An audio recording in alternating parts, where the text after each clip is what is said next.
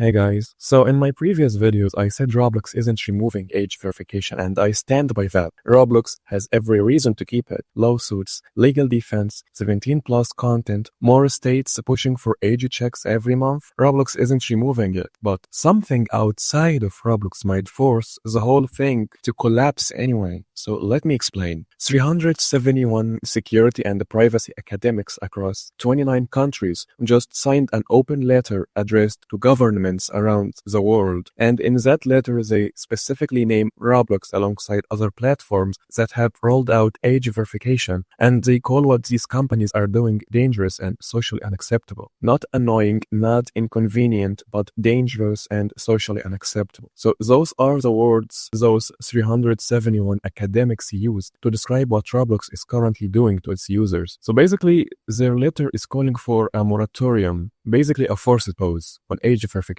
rollouts until the privacy and security risks are properly understood. And their argument isn't just that age verification is annoying or invasive. Their argument is that the technology itself is fundamentally broken and potentially making things worse, not better. Now, here's where it gets interesting specifically for Roblox. The academics lay out exactly how easy age verification is to bypass. VPNs, borrowed credentials from an older sibling or a friend, deepfakes, AI-generated profiles, and the most embarrassing one, people are using video game characters to fool the facial scan entirely. Wink wink, Gary's mode. You can hold up a video game character to the camera and pass the age check on a system that's supposed to be verifying whether a child is old enough to access certain content. Now, this matters for Roblox specifically because their entire legal defense in multiple lawsuits relies on age verification existing as proof they're taking safety very seriously. Roblox's response to all of those lawsuits includes pointing to age verification as evidence of responsible platform management. But if those academics are telling governments that the technology is so flawed it can be beaten by video game character, then that legal defense starts looking a lot weaker. You can't claim age verification proves you're protecting children if the verification doesn't actually work properly. The second argument in the letter is about data security, and this one directly connects to everything I covered in my Persona video about exposing Roblox's age verification. So the academics point that age verification systems have already been hacked multiple times. So as you all know, Discord had tens of thousands of government IDs leaked. A platform called the T-App got hacked and user information spread across the internet. ID Merit, a third-party vendor handling age verification data, had over 1 billion personal records leaked. And Persona, the company Roblox specifically uses for age verification, had their source code exposed on a US government server, revealing they were retaining biometric data for 3 years, despite claiming they deleted it within 30 days. Now, I covered this in detail in a previous video, and it's directly relevant here. The academics are making the exact same point. These systems are not secure, and handing over your face and ID to use a children's gaming platform puts that data at real risk. Here's the actual situation Roblox is in now, and why this is genuinely very complicated. So the same governments that pressured Roblox to implement age verification in the first place are now being told by 371 scientists that this technology is dangerous, ineffective, and potentially exposes users to more harm than having nothing at all. Roblox built their legal strategy around age verification. They use it in court. They point to it when lawmakers ask what they're doing to protect children. They expanded into 17 plus content specifically because age verification gave them cover to do it. But if governments respond to this academic letter and start pulling back on age verification requirements, or worse, if they start treating it as a liability rather than a solution, then Roblox's entire justification for having it disappears. Not because Roblox decided to remove it, but because the legal and regulatory environment that made them put it and implement it in the first place collapsed just underneath them. So what I said before, that Roblox isn't removing age verification, and I still mean that as in the company itself, like internally, no one inside Roblox is pushing for it. What this letter represents is external pressure on the governments and regulators who created the environment that forced age verification onto platforms like Roblox in the first place. So if that external environment changes, if enough governments listen to these academics and start treating age verification technology as too dangerous to mandate, then Roblox loses all the legal justification for keeping it, and the ground it's standing on might just shift underneath. So, to sum this up, 371 academics across 29 countries just told every government in the world that age verification technology is broken, bypassable, and dangerous. They named Roblox specifically, and they're calling for a forced pause on the entire rollout. Whether governments actually listen is a different question. Most of them probably won't, if I'm being realistic. But the fact that this letter exists, that it specifically names Roblox, and that it directly undermines the legal argument Roblox has been using in court is not nothing. For the first time, there is a real external force pushing against the whole system that made Roblox implemented. Whether that force is strong enough to actually change anything is what we're gonna see in the next period. See you in the next one.